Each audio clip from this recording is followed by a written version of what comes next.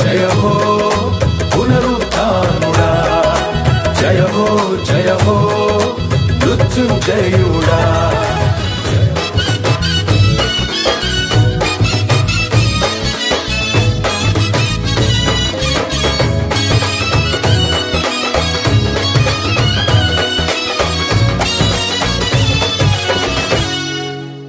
సర్వాధికారియు నిరంతర స్తోత్రార్హుడు యేసుక్రీస్తు ప్రభు వారి ప్రశస్త నామంలో ఉదయకాలపు వర్తమానాల కొరకు ఎదురు చూస్తున్న మీ అందరికీ ఇమాన్యుయల్ మినిస్ట్రీస్ తరపున మా శుభాభివందనాలు తెలియజేస్తూ ఉన్నాను. క్రీస్తునందు మాకు అత్యంత ప్రియమైన దైవజనాంగమ, ఎలా ఉన్నారు? కుటుంబ సభ్యులందరూ క్షేమంగానే ఉన్నారు కదూ? మంచిది. ఈరోజు శనివారం కదా, ఉదయం 10 గంటల నుంచి 1 గంట వరకు ఉపవాస ప్రార్థన. పరిశుద్ధాత్మ దేవుడు నాచే ఒక చక్కటి వర్తమానం ప్రభు సిద్ధపరిచారు. ఏమాత్రం అవకాశం ఉన్నా కుటుంబాలుగా కలిసి దినం ఉపవాస ప్రార్థనలో పాలిభాగస్తులు కాగలరని ప్రేమతో మీ అందరికీ మనవి చేస్తూ ఉన్నాను. మంచిది. రేపు ఆదివారం కదా, రేపు ఆదివారం ఆరాధనకు వెళ్తున్నారు కదా. నా మనవి, నా అభ్యర్థన, 5 నిమిషాల ముందే ఆరాధనలో మీరు పాలిభాగస్తులు కండి. ఎవ్వరు కూడా అర నిమిషం కూడా ఆలస్యంగా వెళ్ళొద్దు. ఒక 5 నిమిషాల ముందే మీ పాదాలు దేవుని మందిరపు గుమ్మం త్రొక్కేటట్లుగా మిమ్మల్ని మీరు సిద్ధపరచుకోగలరని ప్రేమతో మీ అన్నగా బ్రతిమలాడుకుంటూ మీకు చెప్తూ ఉన్నాను. సమయానికి వెళ్తారు కదూ, ఒక 5 నిమిషాల ముందే వెళ్ళండి. మంచిది. ఈరోజు మనం వినబోయే మరో దివ్యమైన అద్భుతమైన సందేశం. సాతాను క్రైస్తవ జీవితంలో 3 రీతులుగా ప్రవేశిస్తాడు. నంబర్ 1, వినండి. నంబర్ 1, గర్జించే సింహంలాగా వస్తాడు.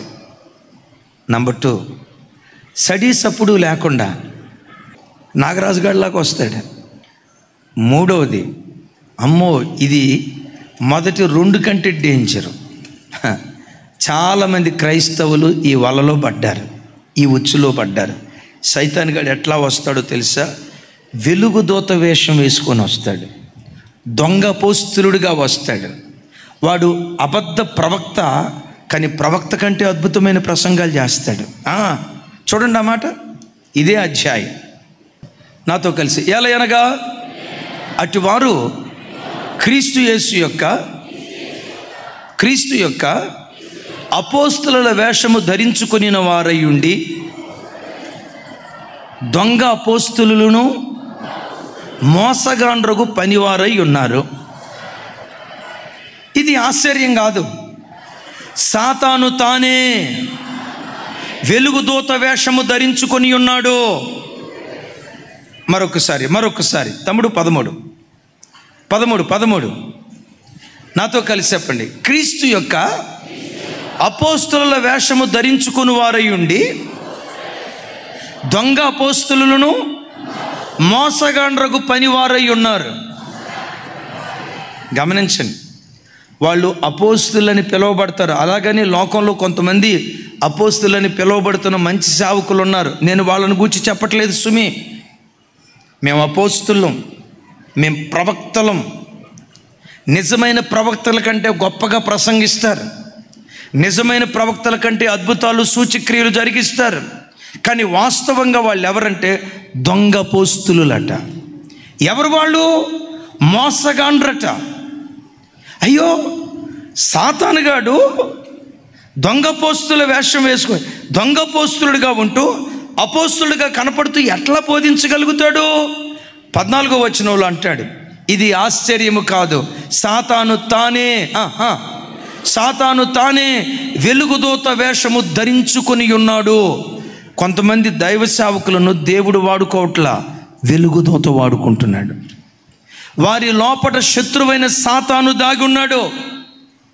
ఇది నువ్వు పసిగట్టగలిగే జ్ఞానం నీకు లేకపోతే ఎవరు నిజమైన సేవకులో, ఎవరు నకిలీ సేవకులో, ఎవరు నిజమైన అపోస్తుల్లో, ఎవరు దొంగ అపోస్తుల్లో, ఎవరు దొంగ ప్రవక్తలో, నిజమైన ప్రవక్తలు ఎవరో, నిజమైన నికార్సైన సేవేదో, కల్తీ సేవేదో నువ్వు పసిగట్టలేని గుడ్డివాడిగా నువ్వు మిగిలిపోతావు. దొంగ అపోస్తులు కొంతమంది, దొంగ ప్రవక్తలు కొంతమంది ఉంటారు. చూడండి వాళ్ళు చెప్పే మాటలు ఎలా ఉంటాయో తెలుసా? ఇదిగో మా సంఘానికి వస్తే పేదలు ఉండరు, మా సంఘానికి వస్తే రోగులు ఉండరు, 40 రోజులు ఉపవాసం ఉండి ప్రార్థన చేశా. దేని కొరకో తెలుసా? నా సంఘం రోగులు లేని సంఘంగా ఉండాలని, నా సంఘం పేదలు లేని సంఘంగా ఉండాలని. నా సంఘంలో ఇదిగో పలానా ఆయన వచ్చాడు, మా మందిరానికి వచ్చేటప్పుడు సైకిల్ మీద వచ్చాడు, సంవత్సరం తిరగల ఆడి కారు కొన్నాడు 2 కోట్లు పెట్టి. మీరు కూడా సైకిల్ పోయి ఆడి కారు కొనాలనుకుంటున్నారా? రండి రండి రండి. నేనంట, నా వైపు చూడండి, ఆదిమ సంఘంలో పేదలు లేరా? పెద్దగా చెప్పాలి. ఆదిమ సంఘంలో పేదలు లేరా? ఆదిమ సంఘంలో రోగులు లేరా? చెప్పాలి. అపోస్తుడైన పేతురు గారి దగ్గర శిష్యుడు ఒక ఆయన ఉన్నాడు. ఏం పేరు ఆయన పేరు? తిమోతి. కడుపు జబ్బుతో బాధపడేవాడట. పౌలు గారు ఎన్నిసార్లు ప్రార్థన చేసినా తగ్గల. అంటాడు, నీ కడుపులో జబ్బు నిమిత్తం కాస్త అన్నాడు కదా. ద్రాక్షారసం అంటే ఎటో పోయారు కాక ద్రాక్షారసపు జ్యూసు తాగమన్నాడు. సరే, తిమోతి రోగి అయితే అయ్యాడు. ఎంతోమందికి స్వస్థత ప్రార్థనలు చేశాడు కదా పౌలు గారు నడికట్టు పట్టుకుంటే ఇట్లే స్వస్థత జరిగింది. ఈ పౌలు గారికి కళ్ళు సరిగా కనపడవంట, తరచుగా మళ్ళీ జ్వరం వచ్చేదట. దేవా ఈ రోగం అనే ముళ్ళు తీసేయంటే దేవుడు అన్నాడట, ముళ్ళు తీసేయను కానీ నా కృప నీకు ఇస్తానన్నాడట. బ్రతుకు కాలమంతా రోగంతోనే బాధపడ్డాడు. బిడ్డలారా, పేదరికంతో బ్రతకటం శాపం కాదు, రోగంతో బ్రతకటం శాపం కాదు, పాపంతో బ్రతకటం క్రైస్తవ జీవితంలో శాపం. రోగిగా చనిపోయినా పరలోకాన్ని చేరుకోగలుగుతావు, పాపిగా బ్రతికి నువ్వు చనిపోతే పరలోక రాజ్యం చేరలేవు. సంఘానికి ఏం బోధించాలి? పేదరికంలో కూడా క్రీస్తుకు సాక్షులుగా బ్రతకటం నేర్పాలి. రోగాలలో కూడా ప్రభువుని విడిచిపెట్టకుండా. ఏమండి, శరీరంతో ఉన్నంతకాలం వయసు దాటిన తర్వాత ఏదో ఒక బలహీనత వస్తుందా రాదా? అలాగని వస్తుందన్నంత మాత్రాన్ని ఇప్పుడు మీకు ఏమి రాదు. దేవుడు మీకు దీర్ఘాయుష్షు ఇచ్చును గాక. గట్టిగా చెప్తాం ఆమేన్. దీవించడం నా పని. Praise the Lord. హల్లెలూయా. శరీరంలో రోగాలు రాకుండా ఉంటాయా? పేదరికంతో బ్రతకటం శాపం కాదు, రోగంతో బ్రతకటం శాపం కాదు, పాపంతో బ్రతకటమే క్రైస్తవ జీవితంలో నిజమైన శాపం. సంఘానికి ఏమి నేర్పాలి? పాపములో నుంచి విడుదల పొంది పవిత్రంగా జీవించే బోధ సంఘానికి నేర్పాలి. యేసయ్యకి మహిమ కలుగును గాక. ఓ తమ్ముడు ఉన్నాడు, ఎక్కడికో వెళ్ళేవాడు. తమ్ముడా ఏంటి ఏ చర్చికి వెళ్తున్నావు అన్న. అస్సలు హైదరాబాదులో ఏ చర్చికి వెళ్ళనన్నా, ఒకే ఒక చర్చికే, ఆ చర్చికి తప్ప ఇంకే చర్చికి వెళ్ళను అన్నాడు. ఏం తమ్ముడు అంత పెద్దలో మాట అన్నావన్నా? ఏమన్నా, ఏ చర్చికి వెళ్ళినా మా జేబులు ఖాళీ అవటమే కానీ ఆ చర్చికి వెళ్తే మా జేబులు నింపుకొని వస్తామంట అన్నా అన్నాడు. చర్చికి వచ్చి జేబులు ఖాళీ అవటం ఏంటయ్యా? ఖాళీ చేసుకోవాల్సిన అవసరం ఏంటి? చర్చికి 500 రూపాయలు 100 రూపాయల నోట్లు ఒక 5 తీసుకొని వచ్చామనుకోండి, చర్చికి వచ్చిన తర్వాత కానుక వేయాలి కదా. ఓ 100 రూపాయలు కానుక వేసామనుకోండి, 5 కాగితాలతో వచ్చిన మేము 4 కాగితాలతో తిరిగి వెళ్తున్నాం. ఫలానా చోట చర్చి ఉందంట, అక్కడ పాస్టర్ గారు ప్రార్థన చేస్తే 5 100 రూపాయల నోట్లు పెట్టుకొని వస్తే ఆయన ప్రార్థన చేస్తే 5 10 అవుతాయంట, 5 15 అవుతాయట, 5 20 అవుతాయట. వాళ్ళు జేబులు నింపుకొని వస్తున్నారు. తది మా చర్చికి వెళ్తే జేబులు ఖాళీ కదండి, అందుకని ఏ చర్చికి వెళ్ళదలుచుకోలేదు, ఆ చర్చికి వెళ్తున్నాను అన్నాడు. ఎంతకాలం నుంచి వెళ్తున్నావు అన్నా? సిన్స్ 15 నెలల నుంచి వెళ్తున్నాను. మరి ఎప్పుడైనా అయ్యిందా అన్నా? ఎట్లాగే ఆగిపోయాడు. ఎప్పుడైనా నీకు అయ్యిందా అన్నాను. అయితే కానీ ఆ అయ్యేంత అద్భుతం జరిగేంత విశ్వాసపు స్థాయి నాలో లేదంట, అంత స్థాయి వచ్చిన తర్వాత జరిగిద్దంట అన్నాడు. వరి పిచ్చి మొహమా, ఇప్పుడు 500 రూపాయలు 100 రూపాయల కాగితాలు 5 పెట్టుకొని వెళ్ళావు, ఇంకొకటి జేబులో నాకు 5 వచ్చినాయి అని చెప్పాడు. నా జేబులో 500 కాగితాలు 100 రూపాయల కాగితాలు 5 వచ్చినాయి అని చెప్పాడు. ఆ తతిమ 5 కాగితాలు ఎక్కడి నుంచి రావాలి? దేవుడు ఏమన్నా పరలోకంలో డబ్బులు ప్రింటింగ్ మిషన్ ఏమన్నా పెట్టాడా? పెద్దగా చెప్పాలి. ఇప్పుడు డబ్బులు ప్రింటింగ్ మిషన్ పెడితే దేవుడు దొంగ నోట్లు ముద్రించేవాడు అవుతాడా కాదా? దేవుడు దొంగోడా? నీతి కలిగిన న్యాయాధిపతి ఆయన. లంచం పుచ్చుకునేవాడు కాదా ఆయన. న్యాయాన్ని అన్యాయంగా, అన్యాయాన్ని న్యాయంగా మార్చే దేవుడు పొరపాటున కాదు. ఇప్పుడు ఈ 5 కాగితాలు జేబులో వచ్చినాయి అంటే ఎక్కడో దేవుడు దొంగ నోట్లు ముద్రించి ఉండాలి. దేవుడు ఆ పని చేసేవాడా? చేయడు. సరే, అలా రాకపోతే ఎలా వచ్చి ఉండాలా? మీ బీరువాలో నుంచి ఒక 5 దొంగతనం చేసి ఇటు జేబులో పెట్టాలా? అప్పుడు దేవుడు ఏమవుతాడు? దొంగోడైపోతాడు. దేవుడు దొంగోడా? జనమా, ఇతడు దొంగ సేవకుడా, నిజమైన సేవకుడా? అబద్ధ ప్రవక్త, నిజమైన ప్రవక్త? నిజమైన అపోస్తులుడా, నకిలీ అపోస్తులుడా? సంఘం గుర్తుపట్టే స్థితికి వెళ్ళాలి.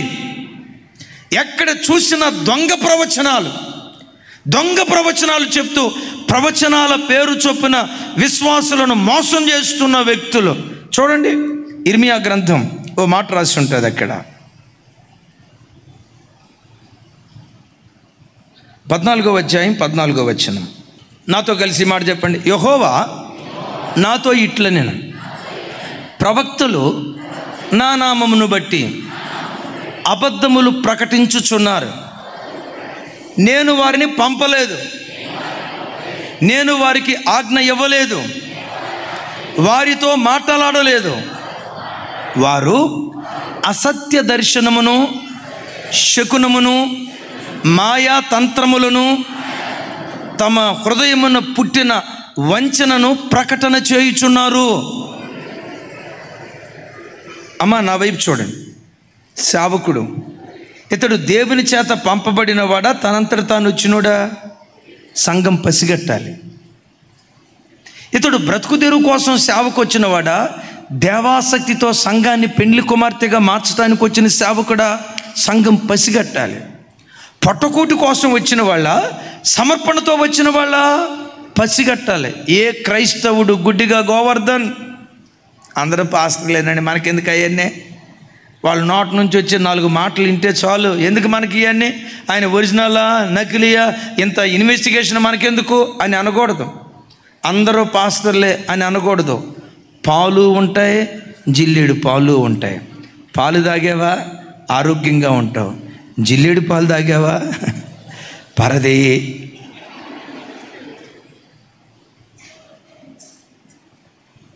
వినండి, ఏంటి ఇది? నకిలీయా, ఒరిజినలా?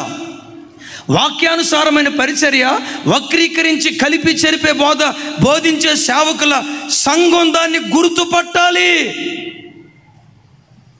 జస్ట్ 2 రోజుల క్రితం ఆ మంచి భక్తి కలిగిన కుటుంబం దగ్గరికి వెళ్ళాను. నా తమ్ముడు వచ్చాడు. రైట్, ఆ భక్తి కలిగిన కుటుంబం దగ్గరికి వెళ్ళాను. ఆ చెల్లి ఏడుస్తా ఏం చెప్పిందో తెలుసా? అయ్యా, నా అత్తకు నాకు కొంతకాలం నుంచి సమాధానం లేదు. తప్పెవరిదైనా, ఆ బిడ్డ చెప్పిన మాట, తప్పెవరిదైనా దూరంగా ఉంటా ఉన్నాం. ఒకరోజు దేవుడు నన్ను దర్శించి, ఆవిడ మంచిదైనా చెడ్డదైనా సమాధానపడటం నీ కర్తవ్యం. సమాధానపడు. నీ అత్త దగ్గరికి వెళ్ళు, నీ అత్తని ఇంటికి తీసుకొచ్చుకో, కొన్ని రోజుల పాటు మీ దగ్గర ఉంచుకో, అత్తతో చక్కగా కలిసి ఉండు. నయోమి, రూతులు ఎలా కలిసి ఉన్నారు? నీవెందుకు అలా కలిసి ఉండకూడదు? వాక్యం ద్వారా దేవుడు మాట్లాడితే తన అహాన్ని పక్కన పెట్టి అత్త దగ్గరికి వెళ్ళి అత్త కాళ్ళు పట్టుకొని, సారీ అత్త, క్షమించత్త, మనం కలిసి ఉందాం అత్త, నేను ఏదైనా తెలిసి తెలియక ఏదైనా మాట్లాడితే క్షమించత్త అని ఆ అత్తతో సఖ్యపడిందట. ఒక నెల రోజుల పాటు అత్త కోడలు మంచిగా ఉన్నారు. ఈ అత్త దొంగ దర్శనాలు చెప్పే ఒక ఆమె దగ్గరికి వెళ్ళిద్దట. ఆమె అందట, నా కుమారి, నీ కోడలు ఊరకనే రాలేదే, ఎందుకు వచ్చిందో తెలుసా? నీ ఆస్తి అంతా కాజేయటానికే నీ కోడలు వచ్చింది. దాని తంత్రాన్ని నువ్వు గుర్తెరగకపోయావా? ఇంతే సంగతులు చెత్తగించవలే అని చెప్పిందంట. ఏమని? నీ కోడలు ఊరకే రాలా, నీ ఆస్తిని కాజేయాలని వచ్చింది, నీ డబ్బు కోసం వచ్చింది, నీ డబ్బు కోసం వచ్చి కపట ప్రేమ కనపరుస్తుంది. ఇదే యెహోవా వాక్కు. వచ్చిందట. అంతసేపు నా కుమారి అన్న ఈ అత్త, నువ్వు దొంగదానివే, నువ్వు మోసగత్తివే, నన్ను చంపటానికే వచ్చేవే, నా ఆస్తి కాజేయటానికే వచ్చేవే, నక్క వినయాన్ని చూపించిన గుంట నక్కవే నువ్వు. ఏమత్తయ్య ఇట్లా మాట్లాడుతున్నావు? ఏమైపోయింది? నాకు తెలిసే, నీ తంత్రం నాకు తెలుసు. ఆ బిడ్డ చెప్పిన మాట ఏంటో తెలుసా? దైవ సేవకురాలని పేరు పెట్టుకున్న ఒక దైవ సేవకురాలు నా కుటుంబం విచ్ఛిన్నం అవటానికి కారణమైందంటే. ప్రవచనం కలుపుతుందా విడగొడుతుందా? దేవుని మాట కలుపుతుందా విడగొడుతుందా? ఈ రోజున లోకంలో ఎక్కడ చూసినా సాతాను తానే వెలుగుదోత వేషం వేసుకొని, ఈరోజు మారు మనసు వచ్చింది తమ్ముడు. నీకు మొఖానికి ఏం పెట్టుకున్నాడు?